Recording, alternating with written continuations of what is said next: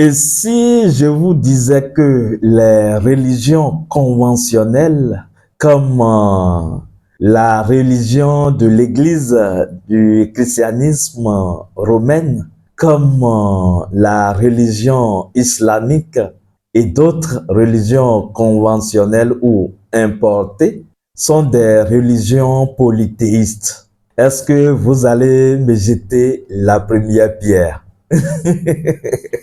Et si je vous disais que la religion issue également, tout comme toutes les religions d'ailleurs, la religion, l'animisme issu de la spiritualité est quand même une religion monothéiste. Est-ce que vous allez me jeter la première pierre?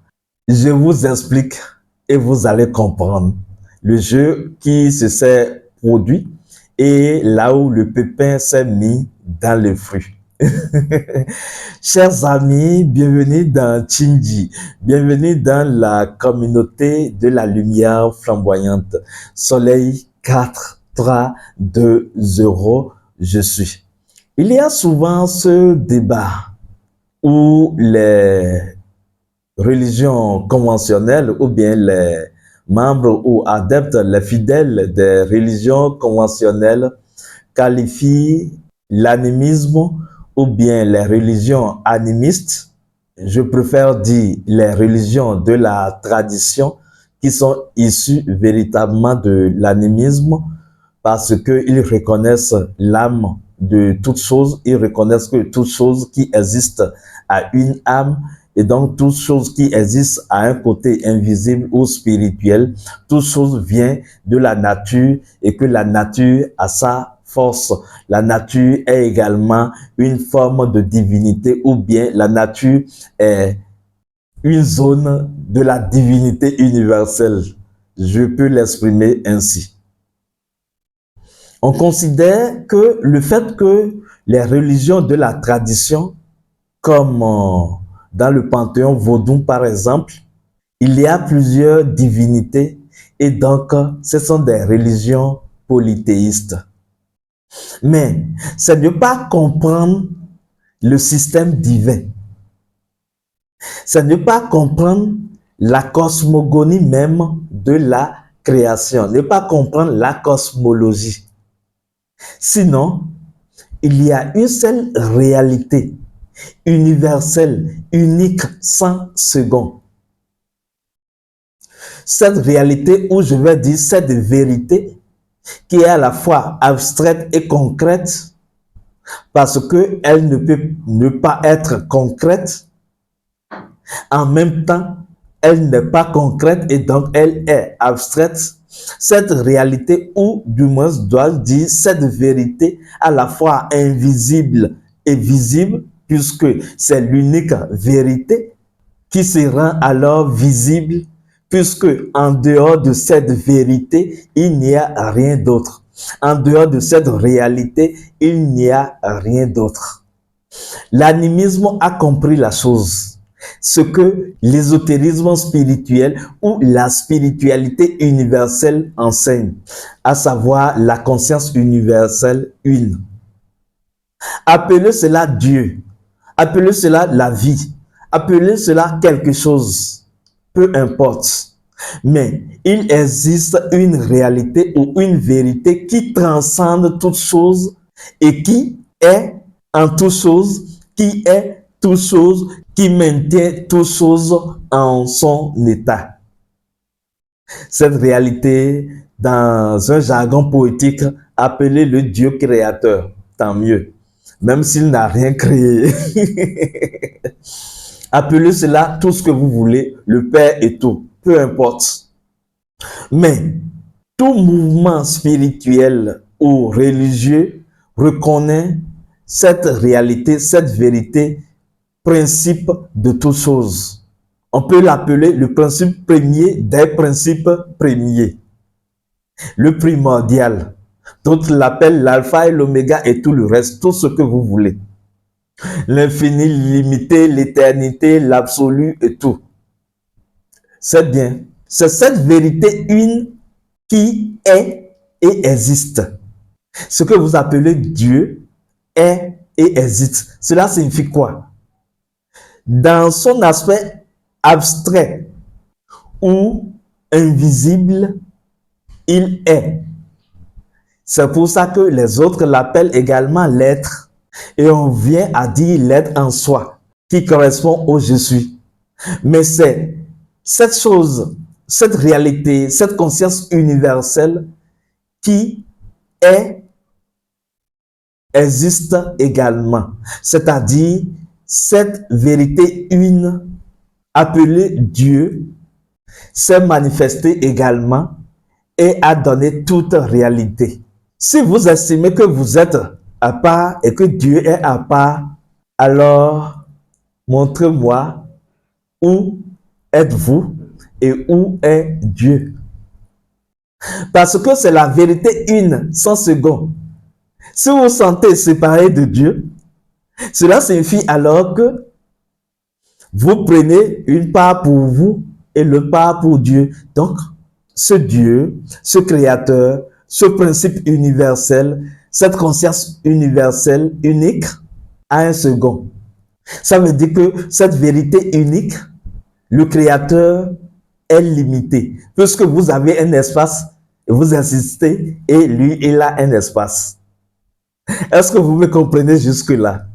C'est déjà un enseignement profond qui vous montre que en aucun cas, vous ne pouvez pas être séparé de Dieu. Vous ne pouvez pas être séparé de la conscience universelle. Vous ne pouvez pas être séparé de la vie. Vous ne pouvez pas être séparé de la lumière. Parce que vous êtes lumière.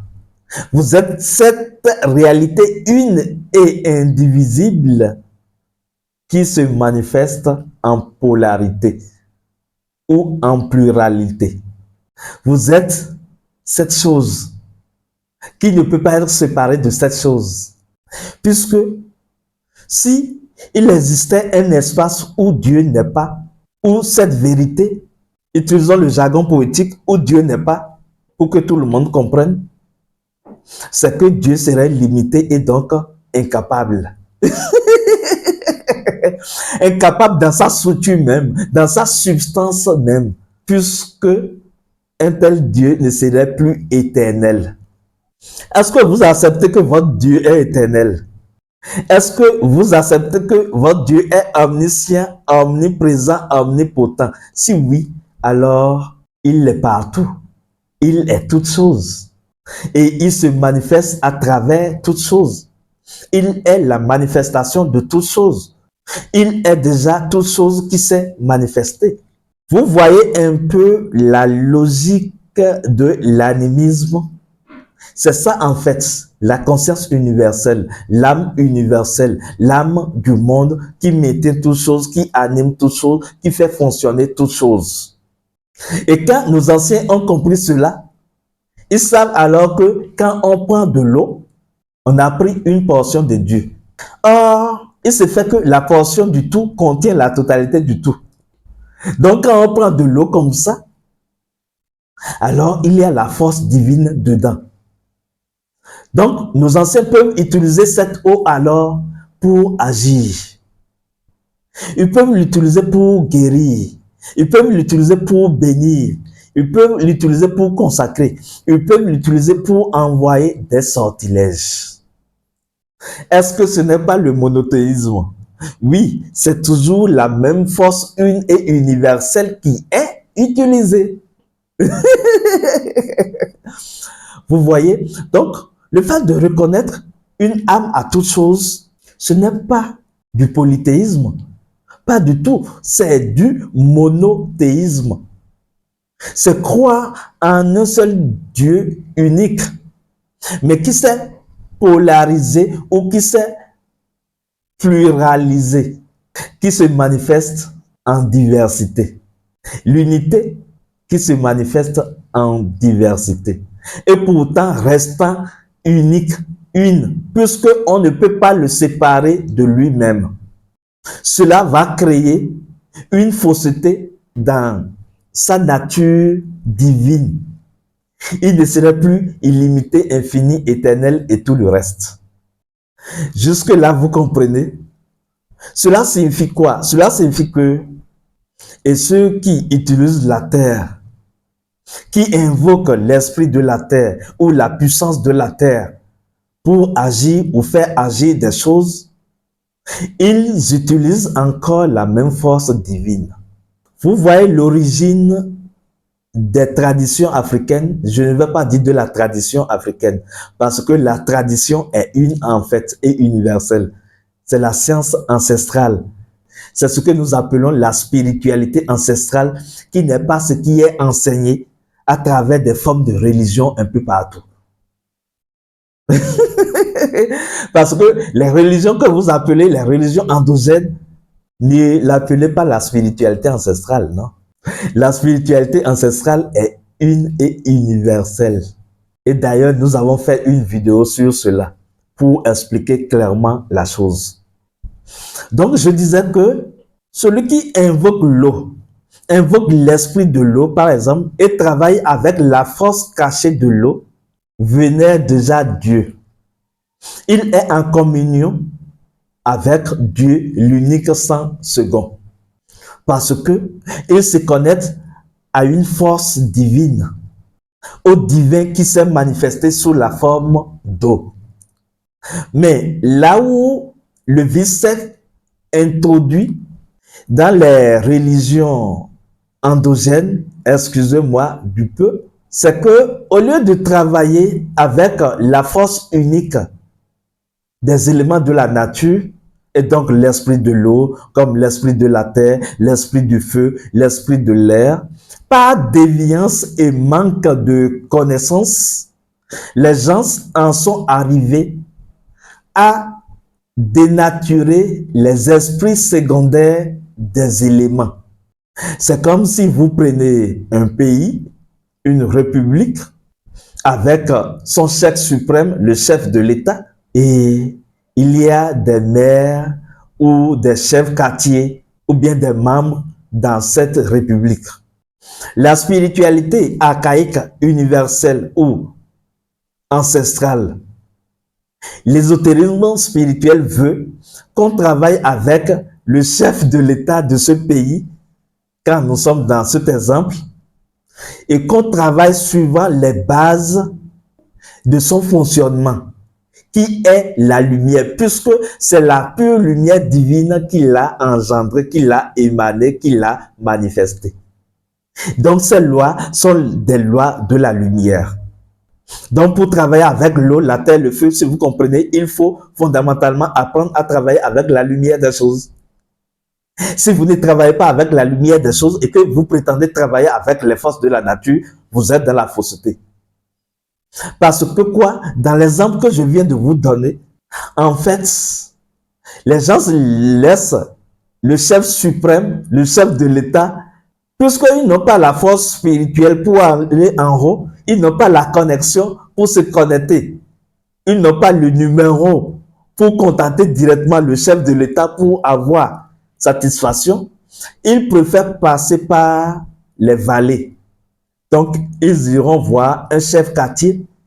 Ils vont soudoyer ce chef quartier et donc le corrompre en utilisant par exemple le sang, en utilisant par exemple des offrandes. Ils vont corrompre, ils vont corrompre les esprits secondaires de ce royaume d'éléments et les utiliser pour installer alors les divinités, où on a un réceptacle et il y a des forces corrompues qu'on invoque dedans, qui siègent là et qui peuvent faire un certain nombre de choses. Vous voyez, à partir de ce moment, on pourra dire que ces pratiquants ne sont plus dans le monothéisme, mais sont plutôt dans le polythéisme. Ils adorent plusieurs dieux. Parce que il y a des entités ou des divinités qui sont déjà corrompues, qui ne fonctionnent pas selon les lois et principes de la lumière divine qui a tout émané. C'est là que ces forces peuvent faire du bien et du mal. Parce que c'est des forces secondaires versatiles qu'on peut manipuler. Et quand on les manipule, ces forces prennent possession de leur manipulateur. C'est là que vous verrez des prêtres dans l'animisme qui se croient être forts, mais en fait, ce sont des entités secondaires qui les possèdent. Vous voyez un peu? Revenons alors aux religions conventionnelles ou importées. Comme je donne un exemple, excusez-moi, je ne suis pas en train de juger ou bien de coller d'étiquette, je suis en train de faire une analyse spirituelle avec le regard d'expert que je suis. Donc, quand vous prenez ces religions conventionnelles, c'est vrai, ils estiment qu'ils adorent un seul Dieu. Et jusque-là, nous sommes d'accord avec eux. Mais, s'ils adorent un seul Dieu, pourquoi alors la logique du diable intervient également? Parce que dans ces religions, par exemple, vous entendrez parler du paradis qui appartient à Dieu et de l'enfer qui appartient au diable. Est-ce que le diable lui-même n'appartient pas à Dieu? Question. S'il n'appartient pas à Dieu, ça veut dire qu'il y a un écart. Ça veut dire qu'il y a une fausseté qui s'est introduite dans la foi ou dans la croyance. Parce que si le diable fait quelque chose sans l'aval de Dieu, alors le diable est séparé de Dieu. Et si le diable est séparé de Dieu, alors le diable occupe un espace. Vous voyez ma démonstration au début? Ça veut dire que le diable occupe un espace que Dieu n'est pas. Là, nous sommes en face de la pluralité, puisqu'on a deux réalités. Et donc, on n'est plus dans le monothéisme, mais plutôt dans le polythéisme. On croit en deux dieux. Un Dieu Dieu et l'autre Dieu diable. Et c'est ce que la religion fait en fait. Observez la façon dont les gens prient. Ils prient avec la peur au ventre. Ils prient en gémissant. Ils prient avec férocité. Les gens veulent chasser Satan, diable et tout le reste. Tantôt, ils voient que ça, c'est l'œuvre du malin, du Satan, c'est l'œuvre du diable. Et cette croyance les amène à adopter également diable comme un deuxième Dieu. Est-ce que vous me comprenez maintenant? C'est une croyance. C'est parce qu'ils croient en diable, dans le Satan et autres, qu'ils doivent le combattre. Ou bien qu'ils doivent reconnaître que c'est lui qui a l'enfer pour qu'ils partagent avec Dieu. Ils vont même jusqu'à partager les enfants de Dieu. Donc, si tu ne respectes pas les clauses de telle religion, ou bien les principes d'accord de telle religion, alors tu n'es pas un enfant de Dieu et tu iras en enfer. Vous voyez un peu? Ceux-là croient en enfer, croient au diable, parce que le diable est le prince de l'enfer, ou bien dans leur conviction, dans leur croyance.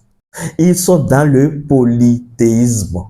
Sinon, la science universelle reconnaît une seule vérité, un seul Dieu, qui n'a pas d'égal, qui ne peut pas avoir un principe secondaire qui va partager des choses avec lui. Cela n'existe pas. Si le diable existe, c'est par complot divin. Ce principe unique, cette vérité une et universelle, est ce que je partage avec vous, on l'appelle du sutra, de l'enseignement d'un certain niveau. Ce principe une et universel, sans second, dans sa pluralité, a généré la polarité. C'est tout. C'est un complot divin qui a initié le tentateur. Et le tentateur est un initiateur qui travaille pour l'œuvre cosmique, qui travaille pour l'œuvre divine. C'est en cela qu'on dit que Satan est l'agent secret de Dieu. Dieu l'aime plus que vous-même. Vous les religieux. Dieu aime Satan plus que vous. Alors, comment vous pouvez combattre le fils aimé de Dieu qu'est diable, même si ces mots ou expressions ne signifient pas la même réalité? Vous comprenez alors que les religions qu'on qualifie de monothéistes ne sont pas réellement monothéistes. On peut à la limite les appeler des religions bithéistes parce qu'ils adorent deux dieux. Un Dieu Dieu et un Dieu diable. Ils reconnaissent que diable est puissant, que Satan est puissant et partagent le trône de Dieu avec lui. Et eux, ils sont là pour combattre. Par contre, l'animisme est une religion monothéiste qui reconnaît l'existence d'une seule vérité, principe englobant tout et qui a des dérivés. Des dérivés qui sont les forces de l'unique sans second, avec lesquelles ils peuvent interagir pour être en connexion avec l'unique sans second. Parce que quand vous touchez une partie du tout, c'est que vous avez touché à la totalité du tout. N'est-ce pas? C'est ça en fait. Quand vous touchez à une partie, c'est que vous avez touché à la totalité à travers cette partie. Soleil 4, 3, 2, 0. Je vous présente mes excuses si cette communication a heurté vos sensibilités de croyance. Mais j'ai voulu allumer la lumière sur vos croyances pour que vous compreniez la différence et ce qui clochardise entre cette affaire de polythéisme et de monothéisme. Je peux vous dire, si vous ne combattez pas le diable, que vous êtes dans le monothéisme, que vous soyez dans les religions importées, tout comme vous soyez dans l'animisme ou les religions endogènes également. Jusque-là, portez-vous bien dans les bras de la lumière flamboyante. Je suis l'aigle royal. Je suis la lumière flamboyante. Islam, que la paix soit.